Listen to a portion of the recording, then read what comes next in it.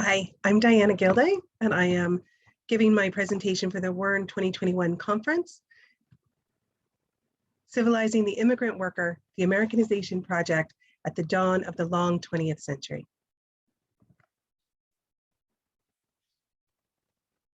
In June of 1915, the National Americanization Committee declared that Independence Day was also going to be Americanization Day. The explicit goal was to create, out of the multitudes of immigrants, an American citizenry that could speak and read English and would be loyal to the country. In this presentation, we explore Americanization by examining its interrelated moments between immigration, labor, and household reproduction during the first quarter of the 20th century.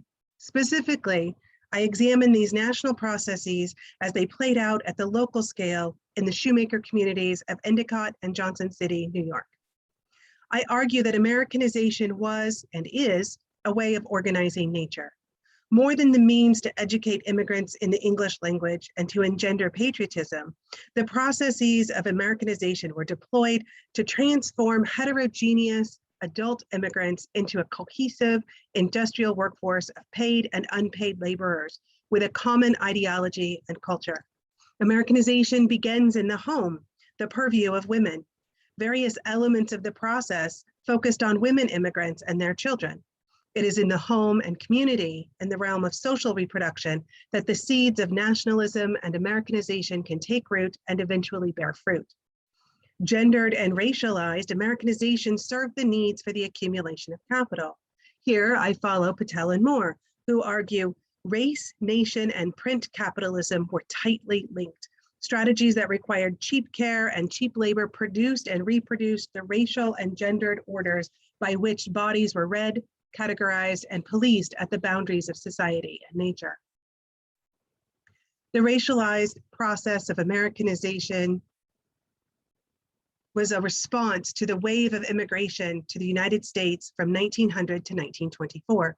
During the 2 decades from 1860 to 1879, the US admitted 2.41 million immigrants. While the subsequent 4 decades, that number was more than an order of magnitude higher. Earlier immigrants were primarily, though not exclusively, from Western and Northern Europe. These new immigrants were from Eastern and Southern Europe. From the end of the Civil War in 1865 to the enactment of the Johnson-Reed Immigration Act in 1924, the United States had various fronts of internal disintegration: the defeated white Southern elites, the newly freed Blacks, and the recent influx of immigrants, the last of which is my focus.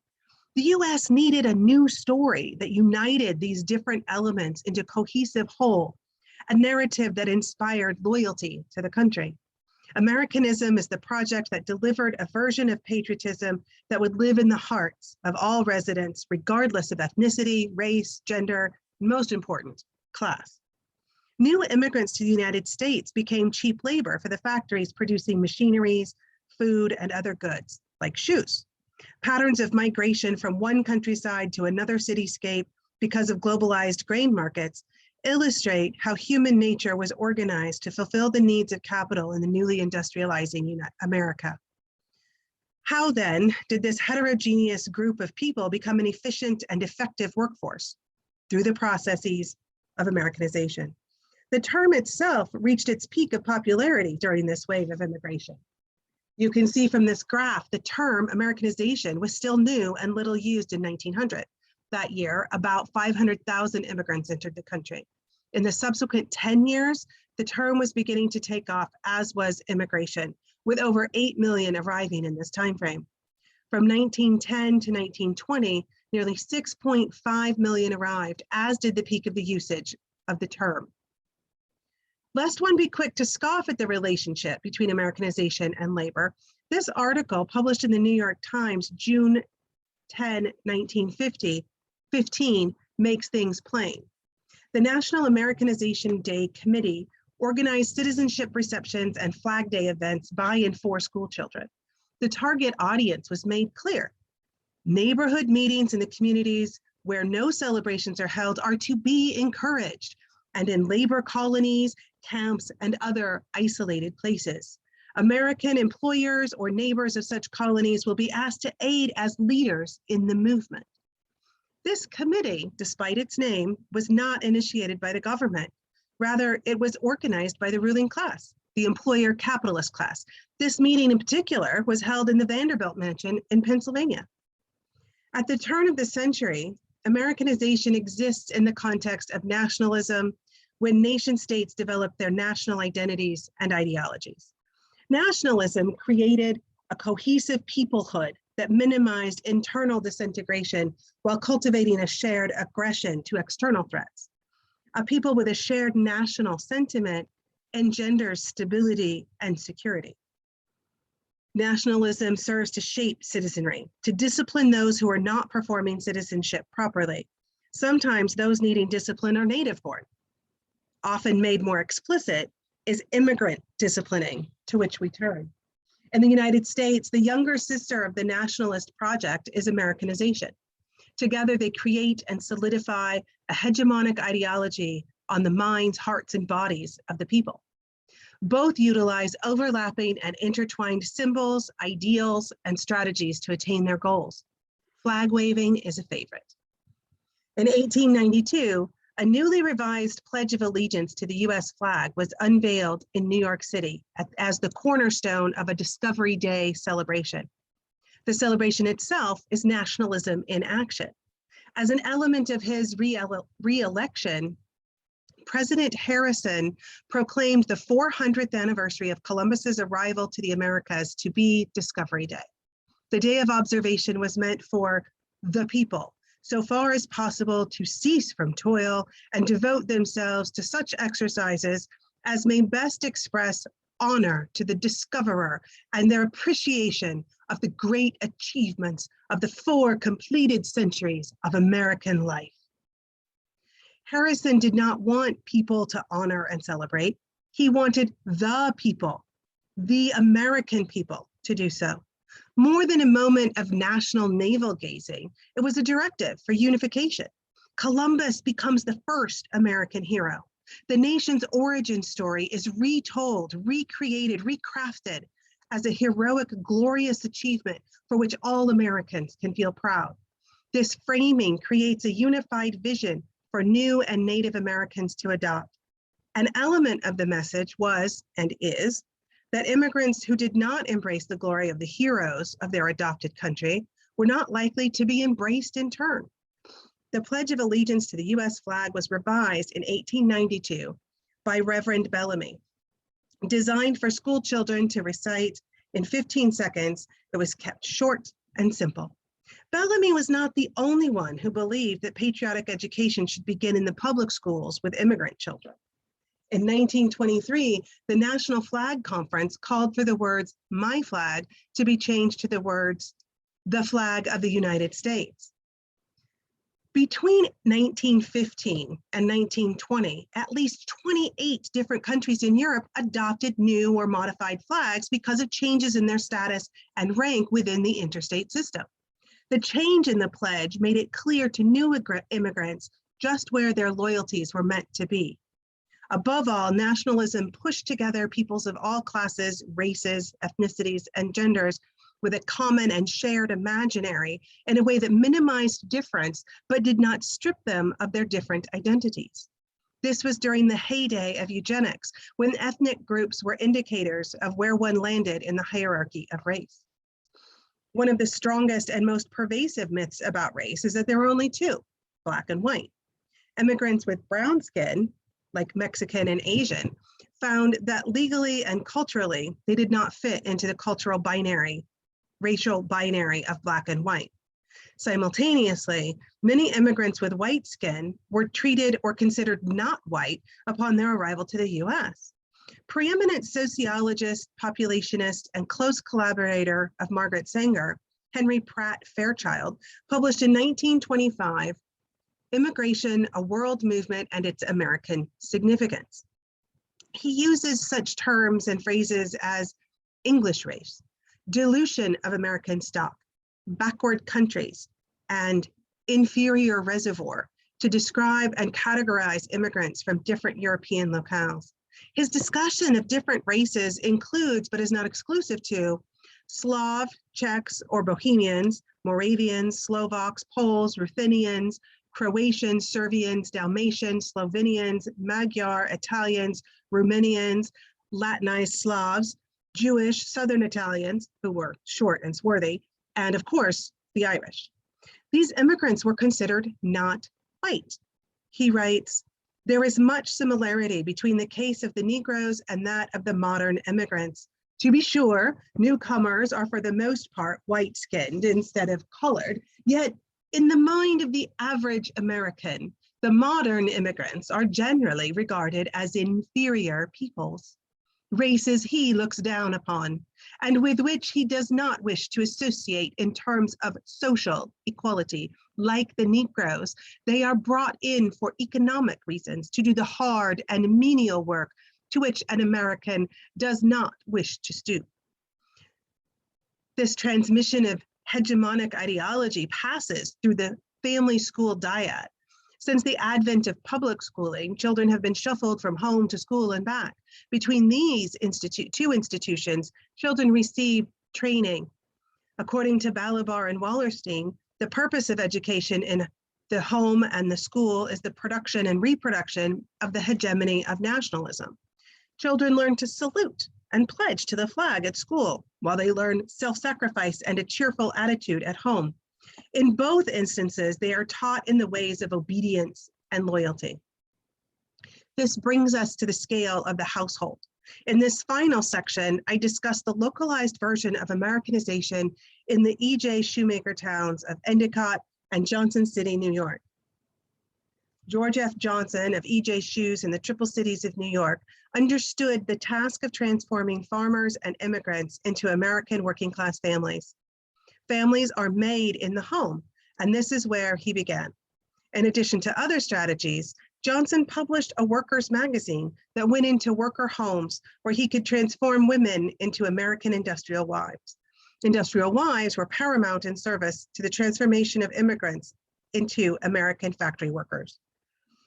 Americanization did its work best when indoctrination was steeped in social reproduction.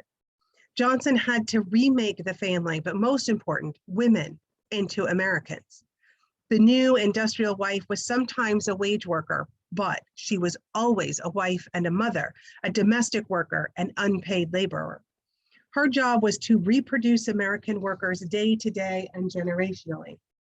In the early 20th century, E.J. faced the challenge of transforming, on the one hand, farmers into factory workers, and on the other, a heterogeneous workforce into a unified one. An early issue of the E.J. Workers Review ran an article that includes a graphic showing workers' countries of origin. They came from all over Europe, as well as from all over the broader region. Johnson needed workers loyal to him, to E.J., to America, and to his project of making not only shoes, but also building ideal American towns at Endicott and Johnson City. At the national level, as the civilized white world of America was becoming increasingly less white, so too was it becoming increasingly less civilized. New immigrants had different and strange family practices. Anglo-Americans were compelled to civilize them. Well-to-do, educated white women with their newfound liberation from the private sphere helped this civilization project by educating immigrant mothers in how to run an American household and to raise American children. This became a cornerstone of Americanization, which was necessary to keep the country civilized instead of being overrun by primitive immigrants. Beyond the symbol of the flag, print publications were paramount in training immigrant families. The Children's Bureau, a program created by President Taft in 1912, printed and distributed millions of copies of two book-sized pamphlets, Prenatal Care and Infant Care. The work of the Bureau was significant, especially in their role as educators. The Children's Bureau received requests by mail. Many of these letters were from desperate women who were uninformed and ill-prepared for their future as mothers. They had little information and even less in the way of resources. Bureau pamphlets were often their only source of information on the topics. Whenever possible, the author encouraged women to go to a hospital for a medical birth. Over the course of the first quarter of the century, pregnancy and birth transitioned from a routine home occasion attended by women, friends, and family into a medicalized event occurring in hospitals attended by male physicians. Women living in Endicott or Johnson City, married to an EJ worker, were not desperate. They lived in the Valley of Opportunity, with hospitals for maternity care and birthing, which in many ways was the crown jewel in Johnson's localized Americanization project. Before the Great Wave of Immigration, EJ's working force came primarily from regionalized farmers. Only 15% were immigrants, and the majority of those were Irish or German. The first 2 decades of the 20th century saw a dramatic shift as ever-growing numbers of immigrants from Southern and Eastern Europe were employed at EJ. In 1922, foreign-born workers made up a full third of the workforce. White, native-born workers maintained their dominance, but their hegemony was challenged. Johnson had to replace the old way of thinking with a new ideology, one that had a place for new Americans. This is a key factor in his efforts to control the workers. A staunch welfare capitalist, Johnson's method for preventing unionism was to give workers everything they could possibly want from a union and to remind them of his benevolence at every opportunity. He built well-lit, state-of-the-art factories, cottages to care for long-term ill, fire prevention houses, and public markets where local farmers sold negotiated low-price foods to workers and the rest of the community. When it came to recreation, he provided dance and music and outdoor sports regardless of the weather. When it came to recreating, he provided very fine company homes, playgrounds for children, hospitals, and of course, maternity wards for mothers and pediatric care for their babies, the future workers of EJ. Controlling working class women and compelling them to raise their children to be good EJ workers was fundamental to Johnson's master plan to create the ideal American factory town. He piggybacked and linked his localized ideology and identity upon American ideology and identity. Not all Americans were part of the EJ family, but all of the EJ workers were Americans or new Americans. Combined, the national and localized efforts directed a clear message to and for the unpaid laborers of working class households. They were told how to live, behave, run their homes, and raise their children. In other words, how to produce and reproduce an American working class. Through the pages of EJ Worker Review, Johnson reinforced and maintained his ideological hegemony with a barrage of notifications of his good works and a relentless set of strict guidelines for working class women as wives and mothers. The homemakers page was full of advice and instruction to young wives and mothers about how to run a home and raise children. This was about disciplining non-white immigrant women into new Americans, who would in turn raise their children in the American way and use a firm hand to steer their children into the EJ family. Working class women were encouraged to have children in several ways. Children were required to attain the benefit of an EJ home. She could have her babies in an EJ hospital staffed by EJ doctors and nurses, where she received prenatal care and learned with the other mothers how to raise healthy babies at the weekly baby clinic. On the occasion of birthing an EJ baby in a hospital, she receives a $10 gold coin and photographs of her baby when he is between 6 and 9 months old. Her baby receives a $10 deposit into a bank account and, of course, a pair of shoes, all courtesy of EJ, George F., and his benevolent wife, Mrs. George F., the ultimate American woman role model. These push presents motivated women of Endicott to have babies, and lots of them. Other upstate New York women had 3 to 5 babies in this time period, while Endicott's birth rate was double that. EJ women had 6 to 12 babies. Also, it fed the PR machine in the form of thousands of photographs of babies at their most adorable, perfect for compilations like this 2-page center spread and this one. Use of the hospitals was one of the EJ benefits that was extolled throughout the EJ Workers Review, most often in the form of a published thank you letter from a happy worker grateful to have received good, free care. Johnson made certain that there was no doubt as to the role these children had. They were the future EJ workers. From birth, Both boys and girls were always already becoming the future workers of EJ. The girls, however, must become more than that. In the Valley of Opportunities, girls were always already becoming mothers. The Little Mothers League was a New York State program begun in 1908 by Dr. S. Josephine Baker to reduce infant mortality rates among immigrants. Baker was active in settlement houses and a high-profile member of the maternalist movement. The Little Mothers League was a keystone of social welfare and teaching immigrants better health practices while making them more American. Young immigrant girls were the target demographic for 3 reasons. It was assumed that they were, in some part, caretakers of infant babies and/or would someday be mothers. Younger immigrants were able to speak and understand English better than their mothers. And finally, these girls would disseminate the information to their mothers at the home, thus ensuring that the primary caregivers would receive at least a little of the new healthcare information. Like the work of the Children's Bureau and other maternalist projects, it also served to instruct young girls to be wives and mothers in alignment with the new era of medicine, rather than to take advice from their maternal elders, as had been the practice for generations prior. Young immigrant working class girls to be mothers learned to be American wives and mothers. They are taught to discipline the other and how to listen to the state voice of authority over their own. This early training serves them well in their future roles as subordinates to their husbands and employers and the state. They in turn teach these lessons to their children, thus raising the next generation of fully Americanized subordinate working class girls to be mothers. Immigrant working class women worked in the factories and in the homes. They made shoes and bore children to wear them and to someday make shoes as well.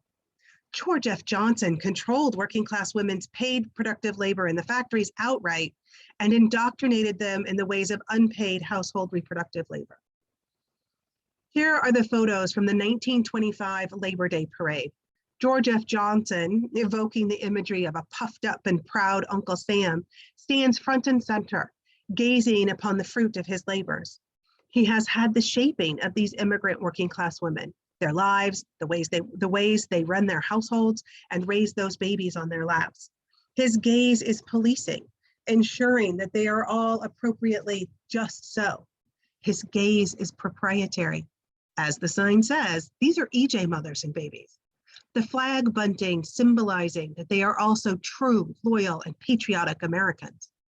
There are up to 4 floats of these working class women and their future EJ workers, displayed like circus animals in cages. His gaze is proud. He seems to understand that without the linchpin of mothers and wives, whose fundamental job is to provide for the daily and generational reproduction of the workers, his factories would be empty and he would be shoeless. Thank you. I look forward to your questions at our discussion panel.